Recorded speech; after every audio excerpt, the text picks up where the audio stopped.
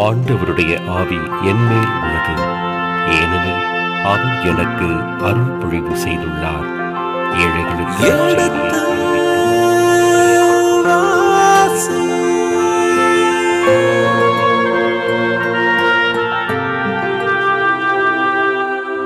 எடுத்து வாசி.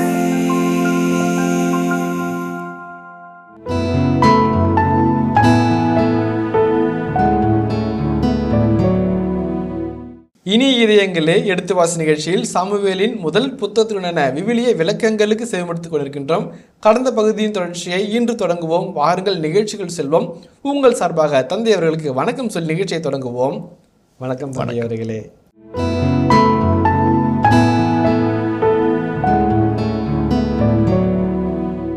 சவுல் பின்னாளில் வந்த அரசர்கள், அது தாவீதாக இருக்கட்டும், சாலமோனாக இருக்கட்டும், எசேக்கியாவாக இருக்கட்டும், யோசியாவாக இருக்கட்டும், அந்த ஞானத்தின் மக்களாக இருந்தார்கள். சவுல் அந்த ஞானத்தில் தவறிப்பானார். ஆண்டுடைய திட்டம் என்ன என்று தெரியாமல் இருந்தார், தெரிந்தும் அதை செயல்படுத்தாமல் இருந்தார். அதனால் ஞானமற்றவள். நீதிமொழிகள் ஆகமத்தில் ஒரு வசனம் இருக்கிறது, ஞானமுள்ளோரின் வாழ்நாள் பெருகும் நீடிக்கும், ஞானமற்றோரின் வாழ்நாள் குறுகும். ஏன்? அந்த வழியில் நடக்கலை, அவனோட வழியில் நடக்க அழிந்து போவோம். அதைத்தான் சவுல் சொல்றார். இப்போ இந்த இரு வசங்களுக்கு இடையே 1 சாமுவேல் 8:5, 1 சாமுவேல் 8:20, கேட்டார் கொடுத்தார், எங்களை வழிநடத்துவார் என்று மக்கள் சொன்னார்கள். வழிநடத்தினாரா என்ற கேள்விக்கு விடையை கண்டுவிட்டோம். இனி என்ன ஆகும் என்று தெரிந்து இருக்கிற வாசகர்களுக்கு, விசுவாசிகளுக்கு, இறை நம்பிக்கையாளர்களுக்கு ஆசிரியர் ஏற்கனவே ஒரு வாக்குறுதி கொடுக்கிறார். 1 சாமுவேல் 13:14 வாசிப்போமே. உமது அரசு நிலைக்காது, ஆண்டவர் தம் மனதிற்கு ஏற்ப ஒருவரை தமக்கென தேடி அவரையே தம் மக்களின் தலைவராக நியமித்துள்ளார். ஏனெனில் ஆண்டவர் கட்டளையின்படி நீர் நடக்கவில்லை என்றார். ஆண்டவர் தமது மனதின், அதை வாசிங்க, அந்த வசனத்தை மட்டும், அதை மட்டும் வாசிங்க. ஆண்டவர் தம் மனதிற்கு ஏற்ப ஒருவரை, ஆண்டவரின் மனதிற்கு ஏற்ப ஒருவரை அவரே தந்திருக்கிறார். இப்போ முன்னே சொன்ன அந்த கருத்தை அவங்க கேட்டாங்க, அவங்க விருப்பப்படி அவங்களுக்கு தேவையானதை கொடுத்தார். இப்போ கடவுள் விருப்பப்படி தான் விரும்புவதை கொடையாக தருவார். அது கேட்டு பெற்றுக்கொள்கிறது. இது ஆசிரியராக வருவது. தாவீது ஆசிரியராக மக்களுக்கு கொடுக்கப்படுகிறார். ஆண்டவரின் விருப்பப்படி, ஆண்டவரின் மனதின்படி, ரொம்ப அழகான வார்த்தைங்க, ஆண்டவருடைய மனதின்படி நடக்கிற ஒருவனை நான் உனக்கு தலைவராக தருவேன் என்று சொல்லி கொடுக்கிறார். அப்போ அந்த யாரு அப்படின்ற ஒரு கேள்வி வரும். இந்த கேள்விக்கும் மேலே சொன்ன 1 சாமுவேல் 8:5, 1 சாமுவேல் 8:20க்கும் இந்த 13-14 இல்லை தொடர்படுத்தி பார்த்தோம்னாக்க, ஓகே, அவர் கேட்டோம், ஒரு மாதிரி நடக்கலை, இப்போ என்ன ஆகும் என்ற விடையை இந்த பகுதி சொல்கிறதாக நாம் வைத்துக்கொள்ளலாம். சவுலை ஆண்டவர் தேர்ந்தெடுத்தார், திருப்பொழிவு செய்தார், மக்களை வழிநடத்த பண்ணித்தார், அவருக்கு தேவையான ஆற்றலையும் வல்லமையும் தந்தார். சவுல் வாழ்விலே 2 தவறுதல்களை காண்கிறோம், மீறுதல்களை காண்கிறோம். ஒன்று, கடவுளிடம் பிரமாணிக்கமில்லாத தன்மை. 2வது, பழிவாங்கும் தன்மை. அந்த பழிவாங்கும் குணமும் பொறாமை குணமும் நம்மை தலைமை பொறுப்பிலிருந்து தட்டி விடுகிறது. அதான் 1 பேதுருவில் மிக அழகாய் நாம் கண்டோம். பழி வாங்குவது எனது உரிமை, அதை நான் செய்வேன், அது என் பங்குக்கு விட்டுவிடு என்று கடவுள் சொல்கிறார். ஒருவேளை இந்த குணத்தை நாம் கையில் எடுத்து அடுத்தவனை தண்டிக்கவும், அடுத்தவருக்கு தீர்ப்பு வழங்கவும், அடுத்தவருக்கு பழி வாங்குகின்ற தண்டனை கொடுக்க நம்ம துணிஞ்சோம்னா நம்ம கடவுளாக மாறுறோம். Who are you to judge your neighbour அப்படின்ற ஆண்டவர் கேட்கிறார், பேதுரு கேட்கிறார், பவுல் கேட்கிறார்கள். திரும்ப எல்லாரும் கேட்பது தான், never be judgmental, never be revengeful. யாரையும் பழிவாங்க நினைக்காது. அது சாமியுடைய குணம். நீ பழிவாங்க நினைச்சன்னா சாமியுடைய சீட்டை நீ எடுக்கிற, அது பெரிய தப்பு. நீ சாமியாக மாறக்கூடாது, கடவுளாக மாறக்கூடாது. சாமியாக மாறுன்னு நினைக்கிறது சாத்தானின் வேலை. அந்த பழிவாங்க நினைக்க நீ துடிக்கும் போது உனக்குள்ளாக ஒரு பெரும் சோதனை சாத்தான் ஏற்படுகிறான். கடவுளா போல மாறு, தண்டனை கொடு, தண்டிச்சே தீர்த்துடணும், இல்லாட்டினா முடியாது, இல்லாட்டி நீ அழிஞ்சிருவ என்று ஒரு சோதனை சாத்தான் வைக்கிறான். சவுல் அதற்கு இரையாகிறார். அதனால தான் அவருடைய அழிவு அவருக்கு வெகு அருகில் வந்து நிற்கிறது. இந்த எதிர்மறையான இறை மனிதராக விவிலியம் சித்தரிக்கிற சவுல் பல நிலைகளில் தாவீதுக்கு மாற்று சிந்தனையாளராக இருக்கிறார். மாற்று மருந்தாக வருகிற தாவீது இளமை தொட்டு இறுதி வரைக்கும் அவர் இறைவனுடைய பிரமாணிக்கும் உள்ள ஊழியராக, ஆண்டவரின் அடியாராக வாழ்ந்து மடிகிறார். ஆகவே தான் இன்றைக்கு இயேசுவை பார்த்து பர்த்திமேயு என்கின்ற அந்த பார்வையற்ற மனிதர், இயேசுவே தாவீதின் மகனே என்மேல் இரக்கமாயிரும் என்று சொன்னார். தாவீதின் மகனாக இயேசுவை பார்க்கிற, அந்த டெவிடிக் மெஸ்ஸியாவாக பார்க்கிற அந்த பாரம்பரியம் எங்கேயிருந்து வருகிறது? அந்த மனிதரின் பிரமாணிக்கத்தில், ஆண்டவருடைய அடியார் தன்மையில், ஆண்டவருடைய பிரமாணிக்கமுள்ள ஊழியருடைய மனப்பக்குவத்திலிருந்து வருகிறதை நாம் காண்கிறோம். அன்புக்குரியவர்களே, இந்த இறுதியாக இந்த முன்னுரையிலே இறுதியாக சொல்ல வேண்டிய ஒரே ஒரு ஆழமான கருத்து, சவுல் திடீரென்று பதவியோடு தூக்கி எறியப்படுகிறார். அவருடைய கீழ்ப்படியாமல் தன்மையினாலும் அவருடைய ஒழுங்கற்ற விசுவாச நெருக்கடினாலும் தூக்கி எறியப்படுகிறார். அப்படி தூக்கி எறியப்படும் பொழுது இஸ்ராயல் மக்கள் நள்ளிரவில் தனித்து விடப்பட்ட உணர்கிறார்கள். அந்த இடத்தில் தான் தாவீது ஆடுமைக்கும் சிறுவனாக இருந்தாலும் விடியற்கால விண்மீனாய் விடிவெள்ளியாய் அவருடைய வாழ்விலே இஸ்ராயலுடைய அரசு முறைகளிலே வந்து சேர்கிறார். அந்த விடியற்கால நட்சத்திரமாக விடிவெள்ளியாக தோன்றுகிற தாவீதின் கதைக்குள்ளாக போவதற்கு முன்பாக சவுலுடைய இறுதி செய்தியை பற்றி 16ஆம் அதிகாரம் விளக்கி சொல்கிறது. அதிலிருந்து தாவீதினுடைய அக்சஷன் நரேட்டிவ்ஸ், தாவீது அரசு கட்டில் ஏறும் அந்த விவரிப்புகள் நம்மை அழைக்கிறது. சிந்திப்போம், செயல்படுவோம். நன்றி தந்தை அவர்களே. மிகவும் தெளிவான ஒரு முன்னுரை. எனக்கு நான் அறிந்து இந்த புத்தகத்திற்கு வழங்கிய முன்னுரை எவ்வளவு முக்கியமானதாக இருந்ததோ அதே அளவுக்கு என்ற 14ஆம் அதிகாரத்துக்கு இந்த 2ஆம் பிரிவுக்கு வருகின்ற எந்த ஒரு முன்னுரையும் அவ்வளவு முக்கியம் வாய்ந்ததாக இருக்கிறது தந்தை அவர்களே. அடுத்து தாவீது வருகின்ற பொழுது அந்த முன்னுரை என்னவாக இருக்கும் என்கின்ற ஒரு ஆவலியம் எங்களுக்குள் தோன்றுகிறது தந்தை அவர்களே. 1 சாமுவேல் 15ஆம் அதிகாரம் சவுல் அமலேக்கியருக்கு எதிரான போரை தொடங்குவதாகவும் அதன் 10ஆம் வசனத்திலிருந்து தொடர்ந்து வருகிற பகுதிகள் கிட்டத்தட்ட 24 வசனங்கள் 34ஆம் வசனம் வரைக்கும் அந்த பகுதி நீள்கிறது. அதில் சவுல் அரச பதவியிலிருந்து புறக்கணிக்கப்பட்டதையும் அதற்கான காரணத்தையும் சவுலின் மனநிலை, ஆண்டவரின் மனநிலை, சாமுவேலின் மனநிலை இவற்றை படம் பிடித்து காட்டுகிற பகுதியாகவும் அமைகிறது. இது ஸ்ட்ரக்சராக 1 to 9, 10 to 34 ஆக இரு பகுதிகளாக இந்த 16ஆம் அதிகாரத்தை பிதிக்கிறோம். இந்த இடத்துல 1 சாமுவேல் 15ஆம் அதிகாரம் முதல் 10 வசனங்களிலே ஆண்டவருடைய வாக்கு சாமுவேல் வழியாக சவுலுக்கு அருளப்படுகிறது. என்னது? அமலேக்கியர் என்கின்ற மாபெரும் இனத்தினர் மிகப்பெரிய சக்தியாக இருக்கிறார்கள், இஸ்ராயல் மக்களுக்கு அச்சுறுத்தலாக இருக்கிறார்கள், அவர்களை வென்று அழிக்க வேண்டும் என்றது சவுலுக்கு இடப்பட்ட ஆணை. அதை செய்தாரா?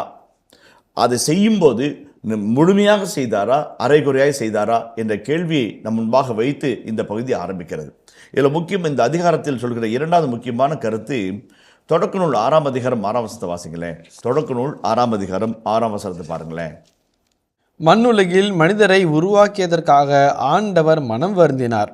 மண்ணுலகில் மனிதனை உருவாக்கியதற்காக ஆண்டவர் மனம் வருந்தினார். He regretted, he felt sorry for having created men என்று ஆங்கிலத்தில் மொழிபெயர்க்கிறாங்க. கடவுள் நினைக்கிறாரு, ஏண்டா இந்த மனுஷனை படைச்சோம், இவ்வளவு அக்கிரம அநியாயம் பண்ணி என்னை மறந்து எனக்கு பிரமாணிக்கம் இல்லாமல் தான் தோன்றி தனமா படைத்தவரை மறந்து தானே படைத்தவராக மனநிலைக்கு உட்படுத்தி வாழ்கிறானே என்று வாழ்கிற மக்கள் கூட்டத்தை பார்த்து ஆண்டவர் அழிக்கிறார்.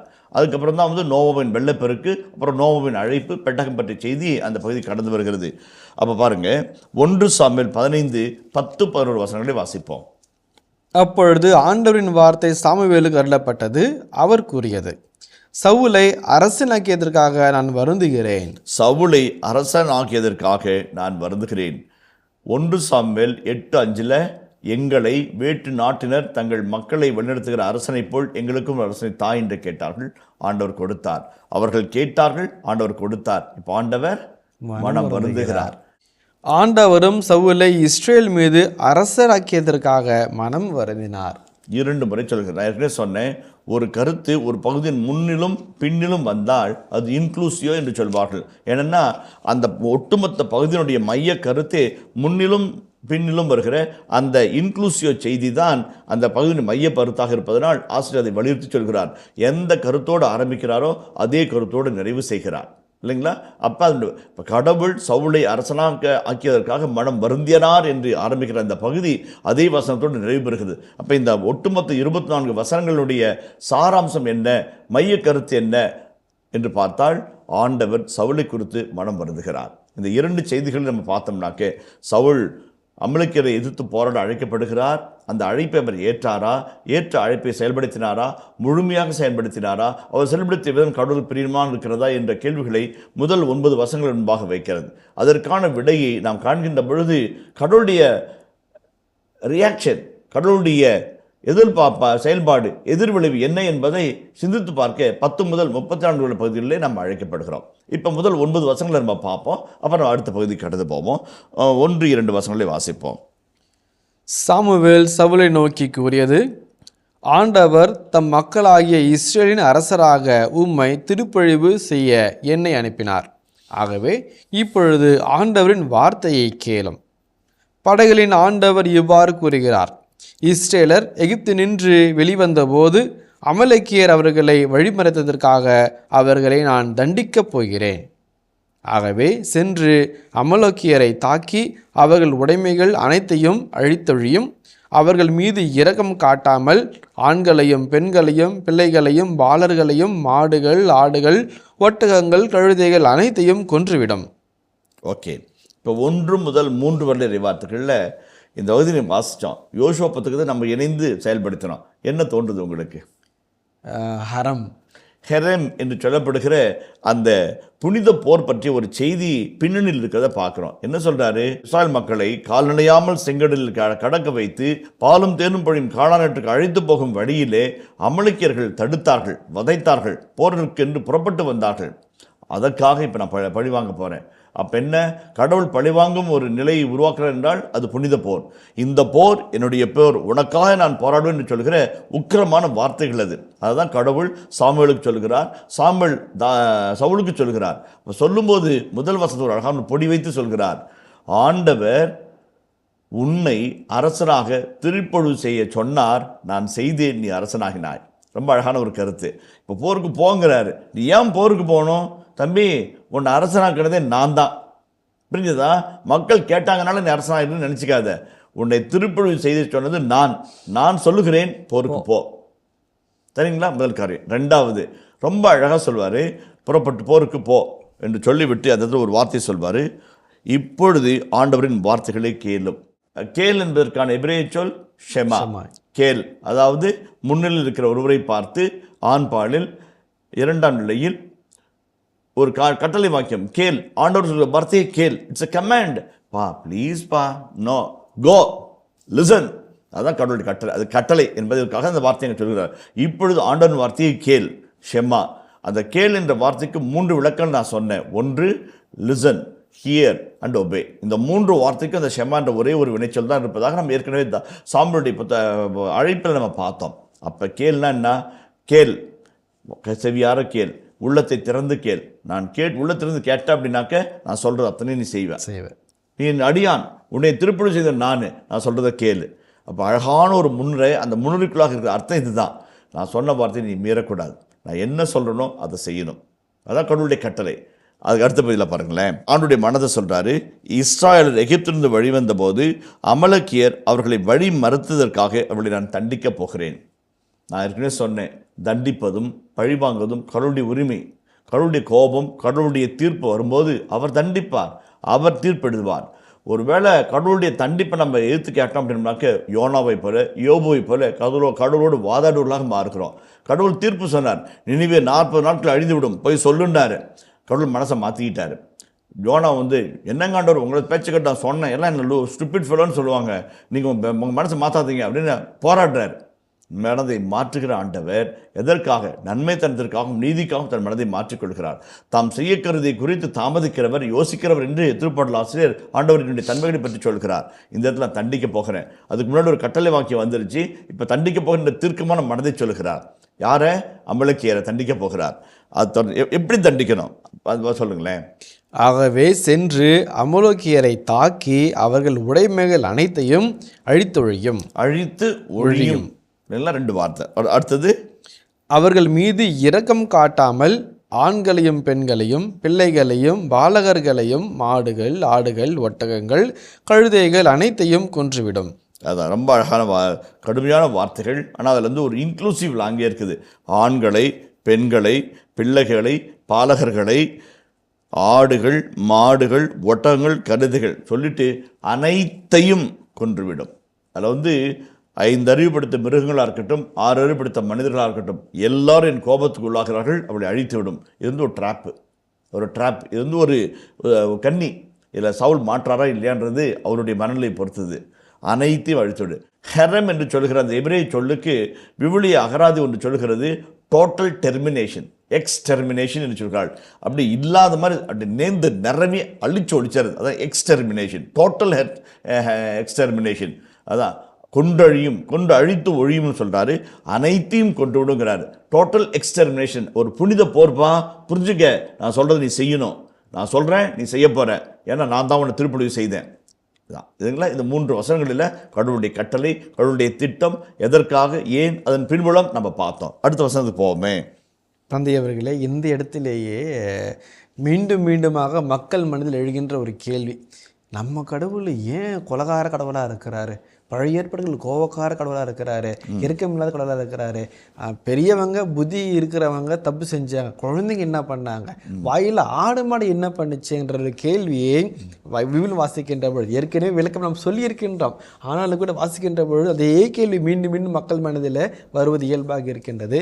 இந்த வசனத்தில், இந்த இடத்துல இந்த ஒரு செயலை கடவுள் செய்யுங்கள் என்று சொல்கின்ற பொழுது நாம் எதை புரிந்து கொள்ள வேண்டும் என்ற ஒரு தெளிவும் தேவைப்படுகிறது. தந்தை, 3 கருத்து சொல்கிறேன், சுருக்கமாக சொல்கிறேன். நம்ம ஏற்கனவே புனித போர் பற்றிய செய்திகளை யோசுவா புத்தகத்தில் மிக விளக்கமாக சொல்லிவிட்டோம். அதை நினைவுபடுத்துவதற்காக 3 நிலைகளில், ஒன்று எபிரேய கலாச்சார மானுடவியல், இஸ்ராயலைட் கல்ச்சுரல் ஆந்த்ரோபாலஜிக்கல் பேக்ரவுண்டில் ஒரு பதில் சொல்ல விரும்புகிறேன். 2வது அண்மை தொன்மை கிழக்கு நாடுகளின் இறையியல் பற்றிய சிந்தனைகளில், ஏன்ஷியன்ட் நீட்ஸ் தியோடிசி, அது 2வது கருத்து. 3வது இன்றைய சூழலிலிருந்து 2000 ஆண்டுக்கு முன்பற்ற ஒரு பகுதியை பார்க்கும் மனநிலை பற்றிய ஒரு தெளிவை உங்கள் முன்பாக வைக்க விரும்புகிறேன். முதலாவது விடுதலை பயணநூல் 34ஆம் அதிகாரம் 6ஆம் வசனத்தை வாசிப்போம். அப்போது ஆண்டவர் அவர் முன்னிலையில் கடந்து செல்கையில், ஆண்டவர் ஆண்டவர் இரக்கமும் பரிவும் உள்ள இறைவன், சினம் கொள்ள தயங்குபவர், பேரன்பு மிக்கவர், நம்பிக்கைக்கு உரியவர், 1000 தலைமுறைக்கும் அன்பு பேரன்பு செய்வார், கொடுமையையும் குற்றத்தையும் பாவத்தையும் மன்னிப்பவர், ஆயினும் தண்டனைக்கு தப்பவிடாமல் தந்தையரின் கொடுமையை பிள்ளைகள் மேலும் பிள்ளைகளின் பிள்ளைகள் மேலும் 3ஆம் 4ஆம் தலைமுறை வரை தண்டித்து தீர்ப்பவர் என அறிவித்தார். பாருங்க, அதில் ரொம்ப அழகான ஒரு அன்பான கடவுளையும் அதட்டுகிற கடவுளையும் அந்த பகுதி படம் பிடித்து காட்டுகிறது.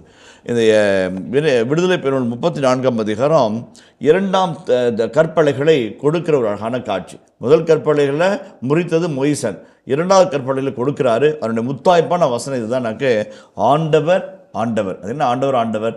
ஆண்டவர் அவர் ஆண்டவர், Lord is the Lord mighty God. அது அடுத்த வசனம் பாருங்க, இரக்கம் பரிவு உள்ள இறைவன், சினம் கொள்ள தயங்குகிறவர், பேரன்பு மிக்கவர், நம்பிக்கைக்குரியவர், 1000 தலைமுறைக்கும் அன்பு செய்கிறவர். சாதாரண அன்பு இல்லைங்க, பேரன்பு செய்கிறவர், கொடுமைகளையும் குற்றங்களையும் பாவங்களையும், கொடுமை குற்றம் பாவம் 3க்கும் இப்ரேய சொல்ல ஒரு பெரிய விளக்குவர இருக்குது.